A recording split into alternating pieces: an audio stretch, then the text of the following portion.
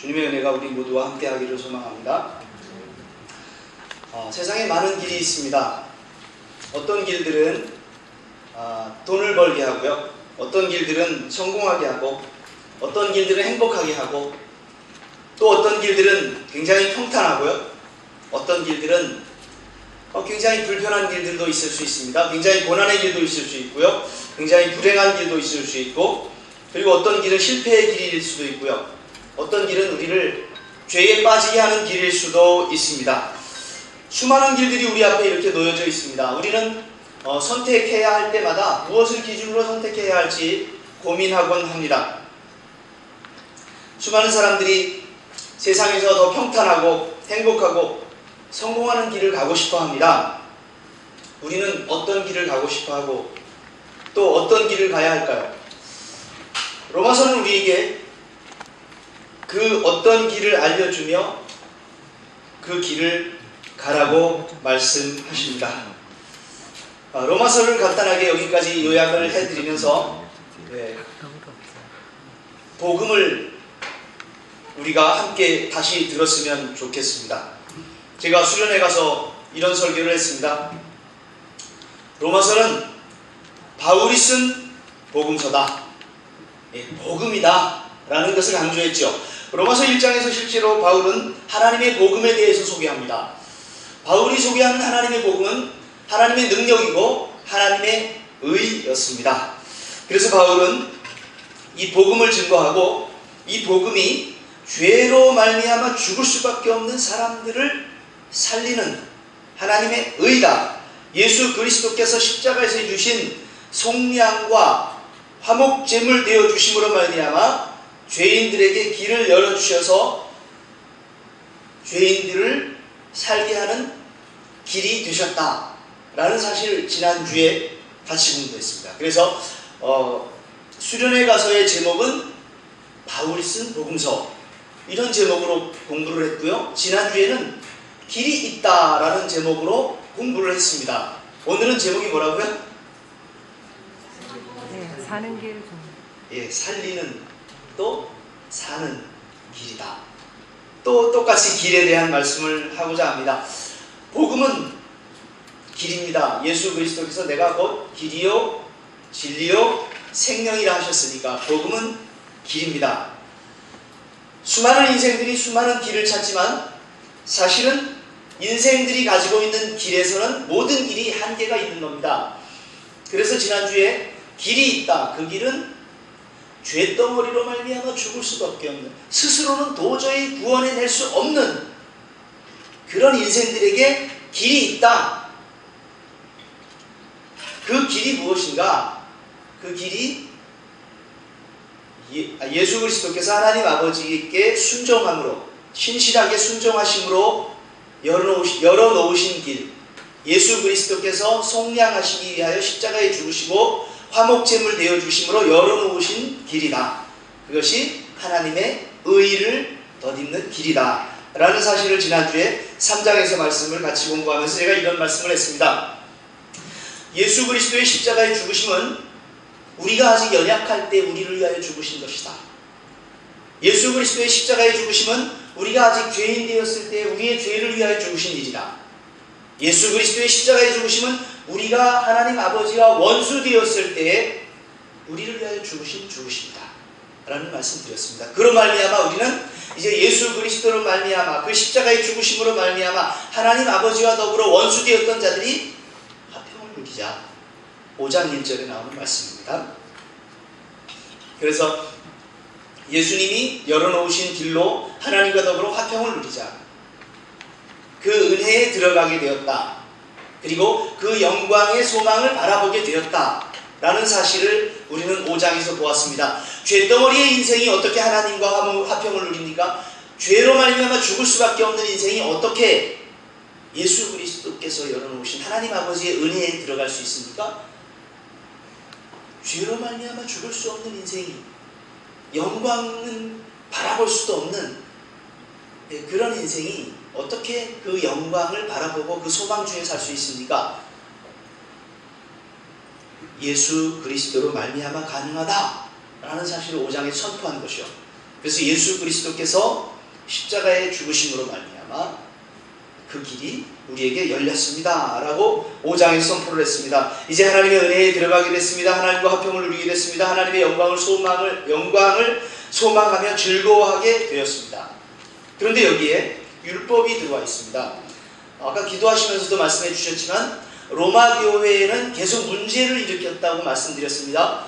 그 문제가 무엇인가 하면 사도행전 2장에 나와 있는 오순절 성령 강림 사건으로 막 사도들이 방언을 합니다. 사도들이 막 방언을 하니까 16나라에서 온 사람들이 다 자기 나라의 말로 알아들었던 거죠. 16나라에서 온 유대인들이 다 자기 나라의 말로 알아들으면서 그들이 베드로의 설교를 듣습니다. 베드로가 우리는 술 취한 거 아니다. 지금 시간 아침 시간이다. 지금 시간에 술 먹고 취해 있는 사람이 어딨느냐. 우리는 술 취한 것이 아니라 구약 성경 요엘에 약속하신 말씀대로 우리가 성령을 받아서 성령을 따라가 말하는 것이다 라고 베드로 사도가 설교했습니다. 이 설교를 들으면서 바로 너희가 예수 그리스도 하나님의 보내신 자를 십자가에 죽게 했고 그 예수님을 하나님 아버지께서 다시 살리심으로 의롭다 하셨다. 바로 너희는 예수 그리스도를 십자가에 죽게 한 자들이다. 이렇게 선언하니까 듣던 사람들이 우리가 어찌해야 됩니까? 이런 질문을 해요. 그러면 우리가 어찌해야 됩니까? 이런 질문을 합니다. 그 질문에 베드로 사도께서 회개하고 예수 그리스도를 믿으라. 이런 복음을 제시하죠. 그 복음으로 말미암아 그때 그 자리에 있었던 로마에서 온 유대인들도 복음을 받았습니다. 회개하고 그들도 처음 교회가 탄생하는 일에 동참했던 거죠. 그래서 그 사람들 중에 일부가 로마로 돌아갔을 겁니다. 그래서 로마에 이미 복음을 듣고 그곳에서 회당에서 모이고 있었던 사람들과 이 오순절 성령을 체험하고 돌아온 사람들 사이에 문제가 있었던 거죠. 그래서 유대적 신앙이 거기에 들어와서 계속 율법을 지켜야 하고 율법만이 선하다. 우리 유대인들이 가진 율법과 이 말씀이 우리를 구원하는 것이다. 이런 주장을 하는 유대적 기독교인들이 있었던 겁니다. 그래서 율법이 들어와서 은혜를 더하게 한다라는 사실을 5장에서 말씀을 하면서 6장에서 그런다고 은혜를 더하려고 죄 가운데 살 수 있느냐? 우린 그럴 수 없다. 왜냐하면 죄에 대하여 죽고 하나님에 대하여 산 자들이기 때문에 그렇다라는 말씀을 우리는 6장에서 볼 수 있었습니다. 그리스도는 죄에 대하여 죽은 자들입니다. 그리고 하나님께 대하여 산 자들입니다 라는 사실을 바울 사도는 분명하게 선포하셨습니다. 그리고 7장에서 이제 육신에 대하여 죽어서 법이 옮겨갔다. 결혼해서 합법적인 부부가 됐을 때는 두 사람은 언약이라는, 계약이라는, 법이라는 그것 한도 내에서 두 사람은 서로에게 속해 있는 겁니다. 그러나 그 중에 한 사람이 죽으면이 조건이에요. 죽으면 이 결혼이라는 계약 관계에서 자유로워지는 겁니다. 그죠? 그런 것처럼 우리가 율법을 죽이진 못했지만 율법에 대하여 우리가 죽은 겁니다. 우리가 그리스도와 함께 죽음으로 말미암아 6장에서 죽은 것에 대해서 말씀했습니다. 우리는 죽은 자라고 분명히 말씀하셨습니다. 그리스도와 함께 세례를 받은 자는 그리스도와 함께 죽은 것을 알지 못하느냐? 6장에 분명히 말씀하셨습니다. 그래서 그리스도와 함께 죽은 사람들은 우리가 죽었기 때문에 더 이상 계약 관계가 유효하지 않습니다. 법이 더 이상 거기에 적용되지 않습니다. 그래서 7장 잠깐 가서 먼저 보겠습니다. 7장 5절 6절 7장 전체에서 제일 중요한 절이라고 저는 맞습니다. 제가 이렇게 빠르게 전개할 수 있는 건 유목사님을 통하여 로마서를 공부하셨고 또 로마서를 묵상하셨기 때문에 이렇게 빠르게 전개해 가도 충분히 다 이해하실 거라고 생각을 하면서 이렇게 전개해 가고 있는 겁니다. 7장 5절 6절에 5절에 우리가 육신에 있을 때는 율법으로 말미암는 죄의 정욕이 우리 지체 중에 역사하여 우리로 사망을 위하여 열매를 맺게 하였더니. 6절 읽어주세요. 이제는 우리가 얽매였던 것에 대하여 죽었으므로 율법에서 벗어났으니 이러므로 우리가 영의 새로운 것으로 섬길 것이요 율법 조문에 묵은 것으로 아니할지니라. 아멘. 5절 시작을 우리가 뭐 할 때? 육신에 있을 때. 6절 시작은 이제는. 그때와 이제가 다르다. 부부가 함께 생존해 있고 그럴 때는 법 아래 있었지만, 우리도 육신을 입고 있을 때는 법 아래 있었지만, 그러나 우리가 죽었다. 그러므로 더 이상 그 법이 우리 가운데 효력이 없다. 더 이상 그 법이 이제 우리를 얽매일 수가 없다. 그 얽매였던 것, 그 육신에 대하여 죽었으므로 율법에서 이제 벗어났다라는 선언을 합니다. 이러므로 우리가 이제는 영의 새로운 것으로 하나님의 아들 예수 그리스도로 말미암아 거듭난 그런 새로운 사람으로 우리 새 법을 따라 섬겨야 한다.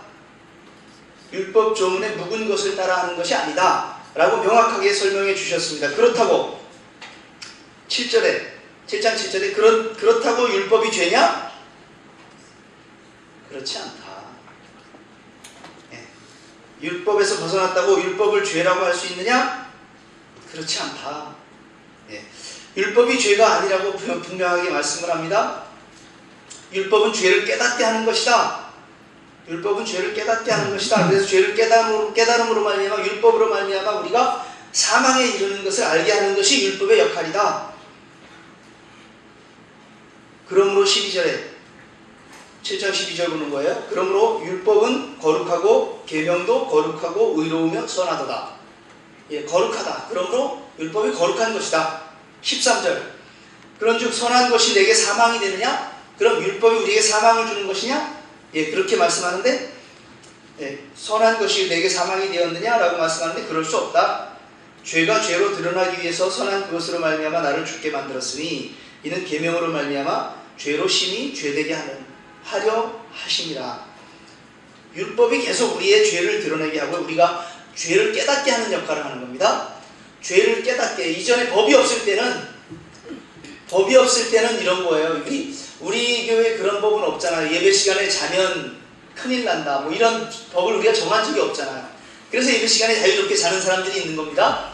그 예배 시간에 자유롭게 자던 사람들이 어느 날 갑자기 우리가 법을 정하는 거예요. 예배 시간에 자면 큰일 난다. 뭐 이런 법을 정하면, 예배 시간에 자면 벌금을 10,000원 낸다. 이렇게 법을 정하면 이제 그때부터 예배 시간에 자는 건 죄구나.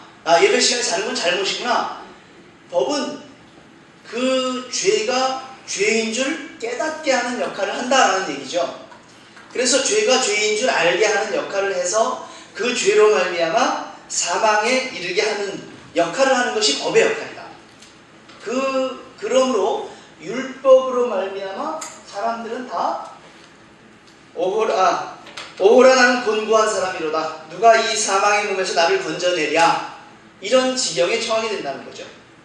율법으로 말미암아 거기까지 처하게 하는 것이 율법의 역할이고, 거기까지 처하게 된다면, 그래서 율법이 죄를 드러내고 사망에 이르게 하는 그 기능을 함으로 말미암아 곤고하게 만들어졌다. 그래서 그 주 예수 그리스도로 말미암아 사는 길밖에 없습니다. 하나님의 의를 더디는 길밖에 없습니다라는 것을 깨닫게 하는 것이 은혜다. 그래서 하나님을 찬송하리로다. 하나님께 감사하리로다. 이런 말씀으로 이어지고 있습니다. 그래서 7장 말씀에서 그 율법은 죄를 깨닫게 하고 사망에 이르게 하지만 그 율법으로 말미암아 구원을 이루는 것은 아니다. 그래서 율법의 조문에 묵은 것으로 하는 것이 아니다 라고 말씀을 했습니다. 자, 그러면서 8장 1절에 들어왔습니다. 8장 1절 빨리 갔지만 다 잘 배우시고 이해하시고 묵상하시고 그러신 것으로 간주하고 8장 1절 시작을 어떻게 하고 있죠? 그러므로. 이건 어떤 그러므로일까요?